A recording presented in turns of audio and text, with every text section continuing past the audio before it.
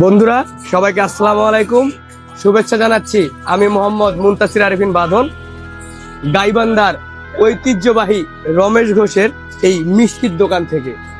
এটি একটি অনেক পুরনো মিষ্টির দোকান এবং এই দোকানের বিখ্যাত জিনিস হচ্ছে রসমঞ্জরি, এবং গাইবান্ধা জেলার ঐতিহ্যবাহী খাবারও কিন্তু রসমঞ্জরি।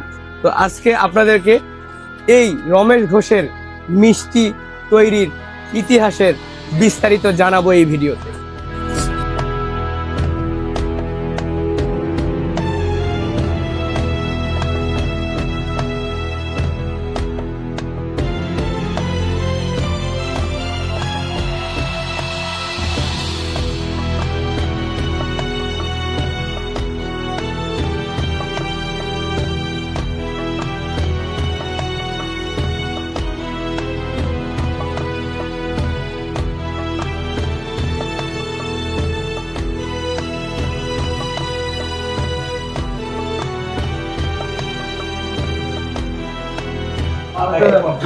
রমেশ ঘোষের এই মিষ্টির ইতিহাস সম্পর্কে আপনি কি জানেন, কতটুকু জানেন? এই দোকানে তো আপনি অনেক দিন হয়ে আছেন, আমার কাছে মনে হচ্ছে। আমি এই দোকানে 3 যুগের বেশি।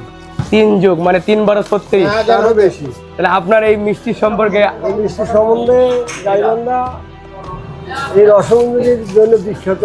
কি কারণে হলো, এখানে আগে মহিষের দুধ পাওয়া যেত, দেশি গাভীর দুধ পাওয়া যেত। আচ্ছা আচ্ছা। এখন তো ওইভাবে দেশি গাভীর দুধ আর হলো মহিষের দুধ পাওয়া যায় না, এখন আচ্ছা। ফার্মের দুধ দিয়ে তৈরি। জি। এই কারণে তারপরেও যেটা মান ধরে রাখা যায়, পুরাতন কালীঘর দিয়ে রাখা হয়েছে। আচ্ছা আচ্ছা। এবং সর্বোচ্চ মানে আমাদেরটাই বর্তমানে এখন শহরে গৌরব আর কি বিনিময়। জি, আমি যতক্ষণ থেকে আপনাদের দোকানে আসছি দেখতেছি আপনাদের মোটামুটি ভাবে অনেক গ্রাহক সেল আছে, আমাদের জি, অনেক জি, জি। সেল আছে, অসুবিধা নাই। আমাদের সব সময় এরকম সেল, সব সময় তো এই মানসম্মত মিষ্টিটা আমরা পাবো নাকি? সম্মতই পাবেন।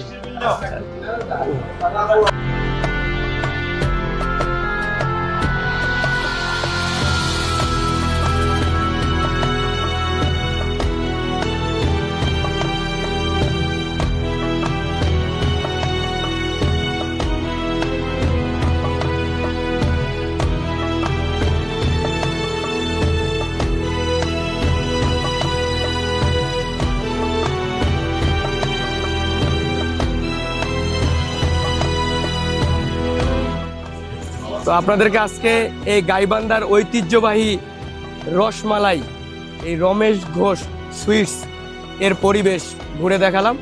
ভিডিওটি ভালো লাগলে অবশ্যই আমার চ্যানেলে একটা সাবস্ক্রাইব করবেন। আপনাদের সাবস্ক্রাইব আমাকে আরও এগিয়ে যেতে সাহায্য করবে।